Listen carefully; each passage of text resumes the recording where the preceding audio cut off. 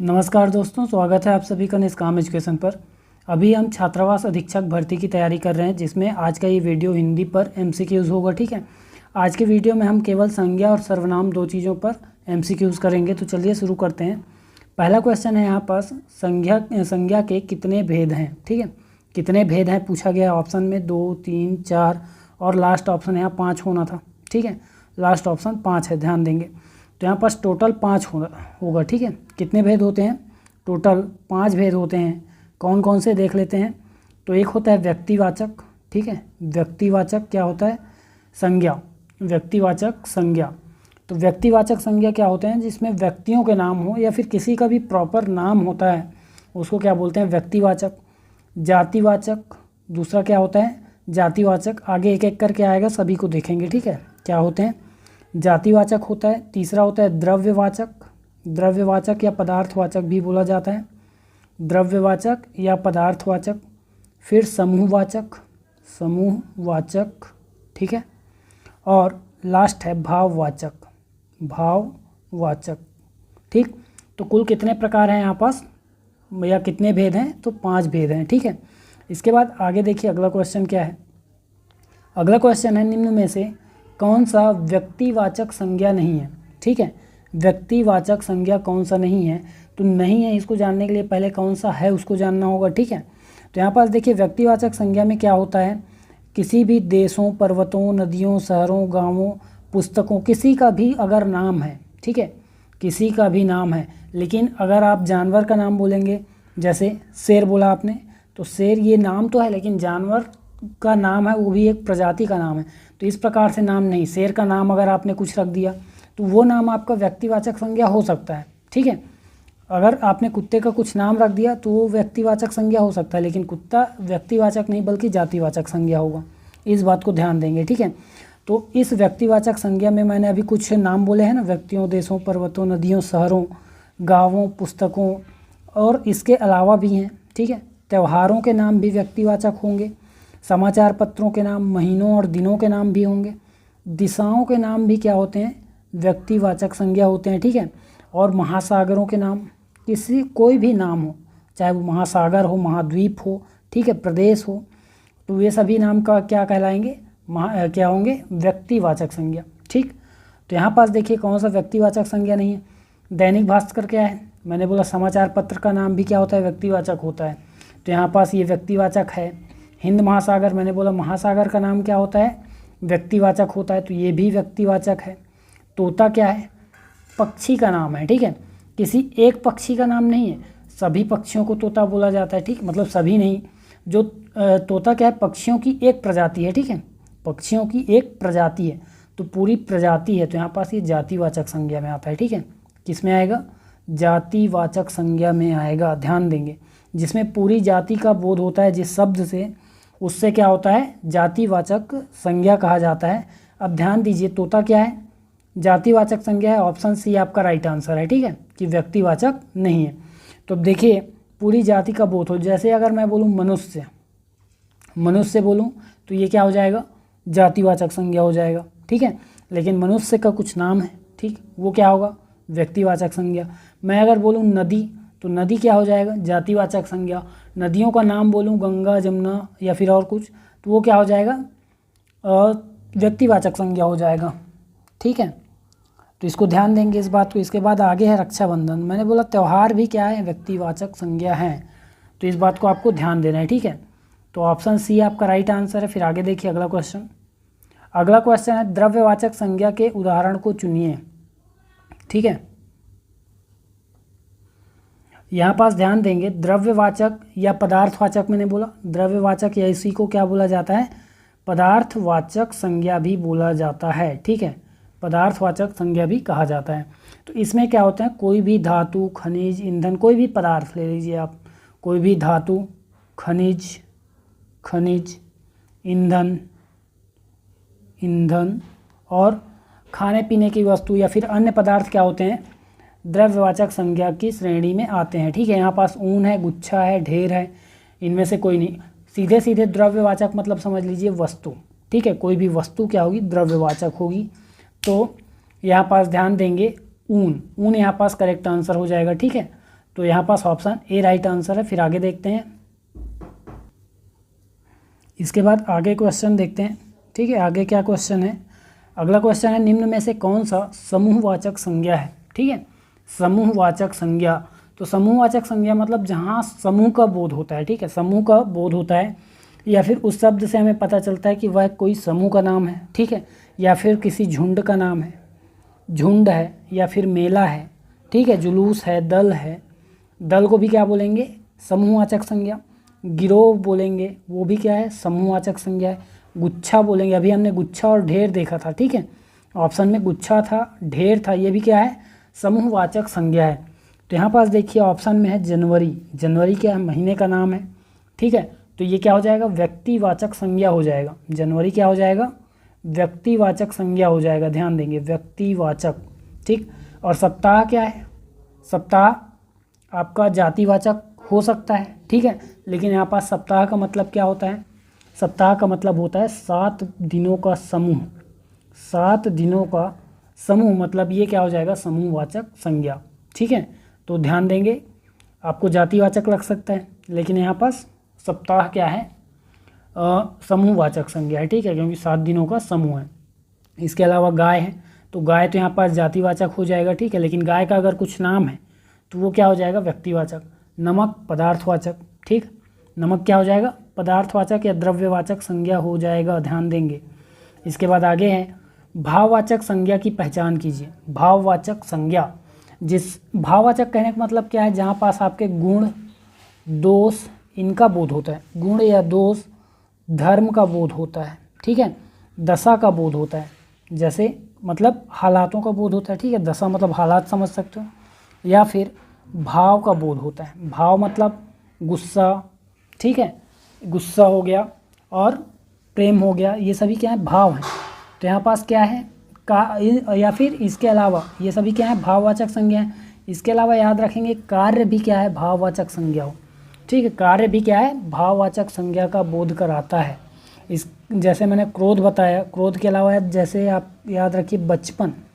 बचपन भी क्या है? भाववाचक संज्ञा है। ठीक है, ठीक है, युवावस्था, ये क्या है? भाववाचक संज्ञा है। तो यही क्या है? आपका भाववाचक संज्ञा। ऑप्शन देख लेते हैं, परिवार, गुरु, पढ़ाई, या फिर इनमें से कोई नहीं।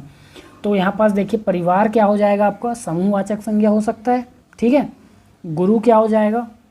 ये यहाँ पास जातिवाचक में आ सकता है। ठीक है, या फिर व्यक्तिवाचक तो नहीं लेंगे। ठीक है, गुरु क्या हो जाएगा? व्यक्तिवाचक नहीं होगा। पढ़ाई आपका क्या हो जाएगा? यहाँ पास भाववाचक संज्ञा। ठीक है, पढ़ाई क्या है? भाववाचक संज्ञा है, याद रखेंगे। तो ऑप्शन सी राइट आंसर है। फिर आगे देखिए अगला क्वेश्चन क्या है? पुरुषवाचक सर्वनाम के कितने भेद हैं? पुरुषवाचक सर्वनाम के कितने भेद हैं? तो याद रखेंगे पुरुषवाचक सर्वनाम के 3 भेद हैं। ठीक है, कितने भेद हैं? 3 भेद हैं। कौन कौन से? एक होता है उत्तम पुरुष, फर्स्ट पर्सन, याद आ रहा होगा आपको। एक होता है उत्तम पुरुष। ठीक है, दूसरा होता है मध्यम पुरुष, सेकंड पर्सन। तीसरा होता है अन्य पुरुष, थर्ड पर्सन। याद आ रहा है, इंग्लिश में आपने पढ़ा होगा। ठीक है, अन्य पुरुष। तो याद रखेंगे उत्तम पुरुष कौन होता है? जो बोलने वाला होता है, फर्स्ट पर्सन, यानी मैं या फिर हम। अगर अकेले बोले तो मैं, साथ में बोले तो हम। ठीक है, ये क्या होगा? उत्तम पुरुष होगा। ठीक है, फर्स्ट पर्सन होगा। मध्यम पुरुष में केवल एक है, सुनने वाला। उत्तम में बोलने वाला होता है, मध्यम में सुनने वाला होता है, श्रोता। ठीक है, श्रोता, ये क्या कहलाएगा? मध्यम पुरुष। इसमें आप एक ही वर्ड है, इंग्लिश में हमने केवल यू पढ़ा हुआ है, लेकिन हिंदी में तू, तुम, आप, ये तीनों वर्ड एक ही हैं। ठीक है, सामने वाले को ही बोला जाता है ना। तो इसके बाद यहाँ पास मध्यम कंप्लीट हुआ। फिर आगे देखिए अन्य पुरुष। अन्य पुरुष मतलब जिसके बारे में बात की जा रही हो। ठीक है, अगर कोई बात करते हैं तो एक होगा बोलने वाला, एक सुनने वाला, तीसरा होता है जिसके बारे में बात की जा रही होती है। ठीक है, तो ये अन्य पुरुष जो है ये हो सकता है यह, वह, ये, वे। इस प्रकार से ये सभी क्या हैं? अन्य पुरुष हैं। ठीक है, इसके बाद देखिए नेक्स्ट क्वेश्चन क्या है? निश्चयवाचक सर्वनाम में कौन सा शब्द प्रयुक्त होता है? निश्चयवाचक सर्वनाम में कौन सा शब्द प्रयुक्त होता है? तो ऑप्शन है यहाँ पास कहीं, यह, तुम, कोई। तो याद रखेंगे यह करेक्ट हो जाएगा निश्चयवाचक के लिए। प्रॉपर इसी की बात की जा रही है। ठीक है, तो यह बोले हैं अगर किसी वस्तु को इशारा करके या किसी व्यक्ति को इशारा करके, तो निश्चित है कि हम इसी व्यक्ति की बात कर रहे हैं। अगर यहाँ पास ये कोई वस्तु है, हमने बोला कि यह चौकोर है, ठीक है, तो ये क्या है, इसी व्यक्ति की बात हो रही है, निश्चित है, ठीक है, तो इसलिए ये क्या हो जाएगा, निश्चयवाचक सर्वनाम है। तो याद रखेंगे कि जहाँ पास भी यह, ये, वह, वे, ये सभी शब्द यूज़ होते हैं, वहाँ पास हमेशा निश्चयवाचक सर्वनाम होगा, ठीक है। ये क्या होंगे, निकटवर्ती के लिए, और वह, वे दूरवर्ती के लिए प्रयोग होते हैं, ये भी याद रखिए। इसके बाद देखिए अगला क्वेश्चन, कोई जा रहा है वाक्य में कौन सा सर्वनाम है। कोई जा रहा है वाक्य में, देखिए कोई मतलब कौन जा रहा है, कोई कुछ पता नहीं चल रहा है, ठीक है। यह जा रहा है में कन्फर्म है कि यही जा रहा है, ठीक है। तो यहाँ पास याद रखेंगे यह क्या है, निश्चयवाचक, लेकिन यहाँ पास कोई है तो कोई क्या हो जाएगा, अनिश्चयवाचक। तो कोई, कुछ, ये दोनों क्या है, अनिश्चयवाचक सर्वनाम है। और जहाँ भी अनिश्चयवाचक सर्वनाम होगा वहाँ पास निश्चित वस्तु का बोध नहीं होगा। फिर आगे देखिए अगला क्वेश्चन है, मैं स्वतः ही समझ गया वाक्य में कौन सा सर्वनाम है। वाक्य को अच्छे से पढ़ेंगे, स्वयं समझ में आ जाएगा।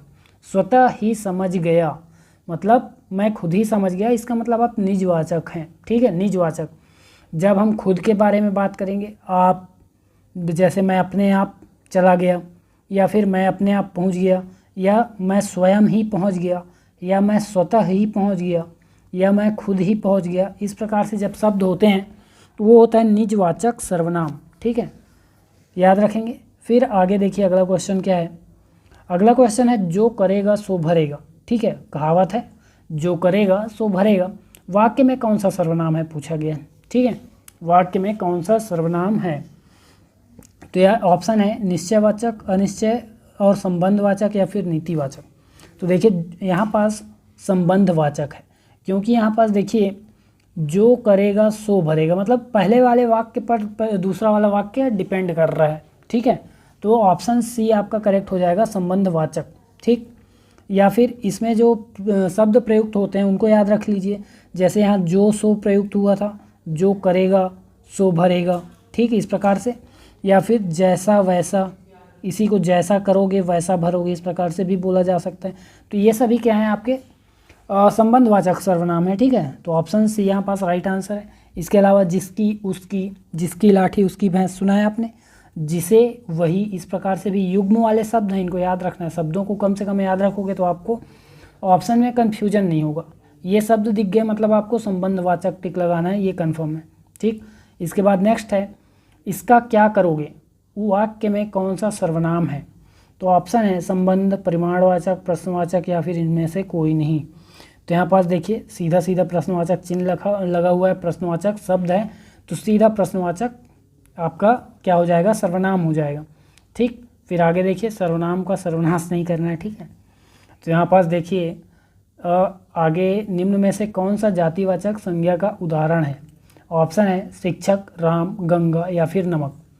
शिक्षक, राम, गंगा या फिर नमक, तो कौन सा हो जाएगा जातिवाचक। मैंने बताया कि जो एक जाति का बोध करता है, शिक्षक, अब शिक्षक जाति है ऐसा नहीं है, लेकिन है, ठीक है, जातिवाचक संज्ञा के अंतर्गत आता है। शिक्षक का अगर कोई नाम है, शिक्षक का अगर कुछ नाम है तो वो क्या हो जाएगा, व्यक्तिवाचक हो जाएगा। लेकिन शिक्षक हो गया या फिर कोई भी पद का नाम हो गया, ठीक है, कोई भी पद का नाम हो गया तो वो क्या हो जाएगा, जातिवाचक संज्ञा हो जाएगा, ठीक है। लेकिन बड़े पदों के नाम में ऐसा नहीं होगा, याद रखेंगे। तो शिक्षक आपका क्या हो जाएगा, जातिवाचक संज्ञा। फिर राम व्यक्तिवाचक है, गंगा व्यक्तिवाचक है, नमक क्या है, मैंने बताया द्रव्यवाचक है, ठीक है, द्रव्यवाचक या फिर पदार्थवाचक संज्ञा है। इसके बाद आगे है शब्द लाल का भाववाचक शब्द क्या होगा। तो लाल का भाववाचक शब्द याद रखेंगे, ना ही लालपन होता है ना ही लालिमा होता है, लाली यहाँ पास करेक्ट आंसर हो जाएगा, ऑप्शन सी, ठीक है, ऑप्शन सी आपका राइट आंसर हो जाएगा। फिर आगे देखते हैं, अगला क्वेश्चन है सर्वनाम के कितने भेद हैं, ठीक है, सर्वनाम के कितने भेद हैं, 3, 4, 5 या फिर 6, कितना होता है यहाँ पास, करेक्ट हो जाएगा ऑप्शन डी, ठीक है, ऑप्शन डी करेक्ट हो जाएगा। 6 भेद होते हैं, कौन कौन से देख लेते हैं पहले। तो होते हैं पुरुषवाचक, ठीक है, पुरुषवाचक सर्वनाम, इसके भेद मैंने बता दिया आपको अभी, है ना, 3 भेद होते हैं, फर्स्ट, सेकंड और थर्ड पर्सन, ठीक है, उत्तम, मध्य और अन्य पुरुष। इसके बाद देखिए निश्चयवाचक सर्वनाम। निश्चयवाचक के भी कुछ एग्जाम्पल्स देखे हमने अभी, है ना, कुछ उदाहरणों के साथ हमने इसको भी समझने का कोशिश किया। फिर आगे है अनिश्चयवाचक। अनिश्चयवाचक सर्वनाम सभी से परिचित हो चुके हैं आप, है ना, सभी से परिचित हो चुके हैं। फिर आगे है निजवाचक। निजवाचक का भी हमने उदाहरण देखा, निजवाचक का भी हमने उदाहरण देख लिया। मैं स्वतः ही चला जाऊंगा, क्या है, निजवाचक। फिर संबंधवाचक सर्वनाम। संबंधवाचक, इसका भी एग्जाम्पल देख लिए हैं। संबंधवाचक, जब दो वाक्य एक दूसरे पर डिपेंड हो तो वो क्या हो जाएगा, संबंधवाचक, या फिर एक दूसरे से जुड़ रहे हों, ठीक है, योजक शब्द लगे हों तो वो क्या हो जाएंगे, संबंधवाचक। तो याद रखेंगे। इसके बाद है लास्ट में प्रश्नवाचक। लास्ट में प्रश्नवाचक, इसका भी एग्जाम्पल देख लिया हमने। इसके बाद आगे जो शब्द क्वेश्चन है, शब्द है शेर, कौन सी संज्ञा का उदाहरण है? तो ऑप्शन है समूहवाचक, व्यक्ति या फिर जाति या फिर भाववाचक। कौन सा करेक्ट हो जाएगा? तो ध्यान देंगे, शेर क्या है, जानवर का नाम है, ठीक है, पशु का नाम है।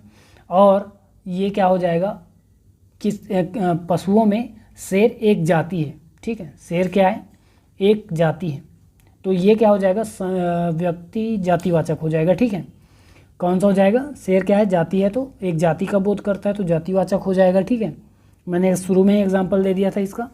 इसके बाद नेक्स्ट देखते हैं आगे, और जातिवाचक में पूरे पशु पक्षी आते हैं, याद रखेंगे। इसके बाद नेक्स्ट देखते हैं, शब्द अमर का भाववाचक संज्ञा शब्द क्या होगा?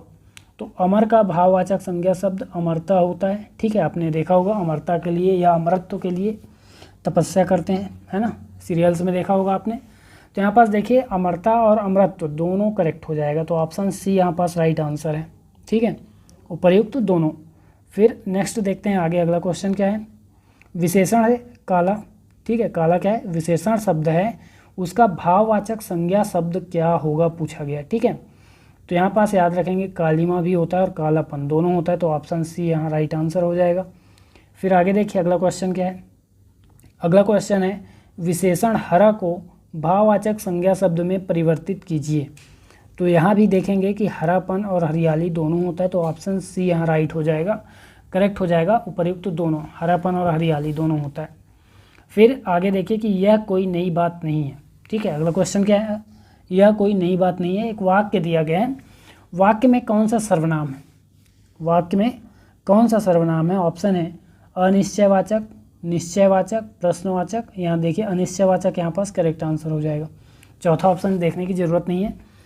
यहाँ पास देखिए यह, देखिए गड़बड़ ये हुआ है, यहाँ पास हमको यह को देखना है, यह क्या है, यह, ये, वह, वे, ये निश्चयवाचक सर्वनाम के शब्द हैं, ठीक है। तो यहाँ पास ध्यान देंगे ये करेक्ट हो जाएगा ऑप्शन बी, ठीक है, निश्चयवाचक हो जाएगा। अगर यहाँ पास कोई होता, कोई यहाँ पास है लेकिन यहाँ पास कंफर्म है कि यही कोई नई बात नहीं है, ठीक है, कोई नई बात नहीं है, ये अलग है, लेकिन यह किसी एक प्रॉपर किसी बात को बोला जा रहा है कि यह कोई नई बात नहीं है, तो यहाँ पास निश्चयवाचक करेक्ट हो जाएगा, अनिश्चयवाचक नहीं। लेकिन हमने देखा है कि कोई और कुछ ये क्या है, अनिश्चयवाचक शब्द हैं, तो इसको देखकर हमें अनिश्चयवाचक टिक नहीं लगाना है, जैसे अभी हमने गलती किया है ना। तो यहाँ पास गलती नहीं, तो वो आपको बताने के लिए एग्जांपल दे रहे थे कि ऐसा हो सकता है, ठीक है। पहले हमने देखा कि कोई है तो यहाँ पास अनिश्चयवाचक होगा, लेकिन नहीं है, ठीक है, ध्यान देंगे इस बात को, यहाँ पास गलती हो सकती है। इसके बाद नेक्स्ट देखते हैं अगला क्वेश्चन, लास्ट है आज का। तो यहाँ पास है कोई नई बात है क्या, वाक्य में कौन सा सर्वनाम है? ऑप्शन है अनिश्चयवाचक, निश्चयवाचक, प्रश्नवाचक या फिर पुरुषवाचक। तो देखिए यहाँ पास अनिश्चयवाचक, ठीक है, अनिश्चयवाचक क्यों लगेगा, क्या, क्योंकि यहाँ पास कोई शब्द का प्रयोग है, ठीक है। निश्चयवाचक बिल्कुल नहीं है, प्रश्नवाचक यहाँ करेक्ट आंसर हो जाएगा, ठीक है, क्योंकि क्वेश्चन मार्क है और क्वेश्चन आपका वर्ड भी यूज़ हुआ है, प्रश्नवाचक शब्द भी उपयोग किया गया है, तो आपका ये कन्फर्म है प्रश्नवाचक वाक्य हो जाएगा, ठीक है। तो ध्यान देंगे इसको। और देखिए अभी केवल हिंदी की क्लासेस चल रही है, मतलब हिंदी के जो MCQ आपको उपलब्ध कराए जा रहे हैं। इसके बाद जो भी हॉस्टल वार्डन के अन्य सब्जेक्ट हैं, मैथ्स हो गया, बाल मनोविज्ञान है, ठीक है, और GS के भी जो शब्द हैं, ठीक, सभी को, और कंप्यूटर भी आपका MCQ आएगा। तो इसके लिए जुड़े रहिए चैनल से। वीडियो में अंत तक बने रहने के लिए धन्यवाद।